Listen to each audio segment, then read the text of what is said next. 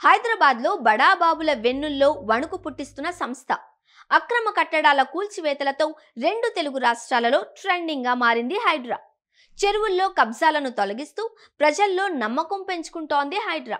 ఇదే సమయంలో హైడ్రా దూకుడుకి కళ్ళెం వేసేలా రాజకీయ ఒత్తిళ్లు పెరుగుతున్నాయి అని తెలుస్తోంది. అధికార కాంగ్రెస్ నేతలతో పాటు ప్రతిపక్ష నేతలు కూడా హైడ్రాపై కారాలు మిరియాలు నూరుతున్నారు. ఫిర్యాదులతో రచ్చ చేస్తున్నారు. దీంతో హైడ్రా స్పీడ్ పై ఆసక్తికర చర్చ జరుగుతోంది. గ్రేటర్ హైదరాబాద్లో చెరువుల్లో అక్రమ కట్టడాలపై హైడ్రా కొరడా జుళిపిస్తోంది. నగరంలోని చెరువులపై ప్రత్యేకంగా ఫోకస్ చేసిన హైడ్రా వరుసగా అక్రమ కట్టడాలను కూల్చేస్తోంది. దీంతో హైడ్రా పనితీరుపై రాష్ట్ర వ్యాప్తంగా మద్దతు లభిస్తోంది. తమ ప్రాంతాలలోనూ చెరువులు, నాలాలను ఆక్రమించి కట్టిన కట్టడాలపై హైడ్రాకు పెద్ద ఎత్తున ఫిర్యాదులు వస్తున్నాయి. ఇలా వందల సంఖ్యలో వస్తున్న ఫిర్యాదులపై హైడ్రా ఎటువంటి చర్యలు తీసుకుంటుందన్న ఆసక్తి పెరుగుతోంది. వచ్చిన ప్రతి ఫిర్యాదును పరిశీలించి చర్యలు తీసుకునే పటిష్టమైన వ్యవస్థ హైడ్రా దగ్గర లేకపోవడంతో కొన్ని తీవ్రమైన ఆక్రమణలకై హైడ్రా పరిమితమైపోతోంది అని వాదన వినిపిస్తోంది.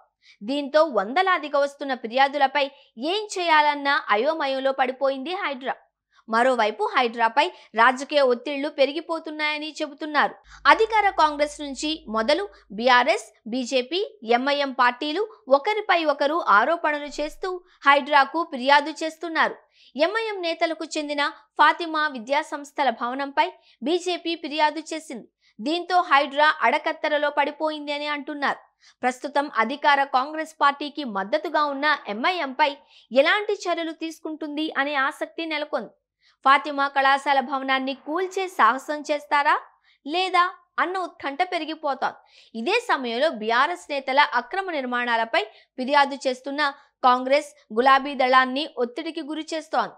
ఈ క్రమంలోనే బీఆర్ఎస్ వర్కింగ్ ప్రెసిడెంట్ కేటీఆర్ సహా ఆ పార్టీ నేతల ఇళ్లు, విద్యా సంస్థలు, ఫామ్ హౌస్లపై వరుస ఫిర్యాదులు చేస్తూ ఉండడం రాజకీయంగా హీట్ పెంచుతోంది.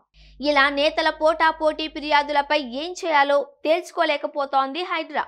కేవలం ప్రతిపక్ష నేతల అక్రమ కట్టడాలపైనే చర్యలు తీసుకుంటే ప్రజల్లో విశ్వాసం పోతుంది అని, వ్యక్తిగతంగా తనకు చెడ్డ పేరు వస్తుందని హైడ్రా చీఫ్ రంగనాథ్ మదన పడుతున్నారు అని చెబుతున్నారు. అలా అని అధికార కాంగ్రెస్ నేతల అక్రమ నిర్మాణాల జోలికి వెళితే ప్రభుత్వం నుండి ఎలాంటి స్పందన వస్తుందోనన్న టెన్షన్ పడుతున్నారు అని చెబుతున్నారు.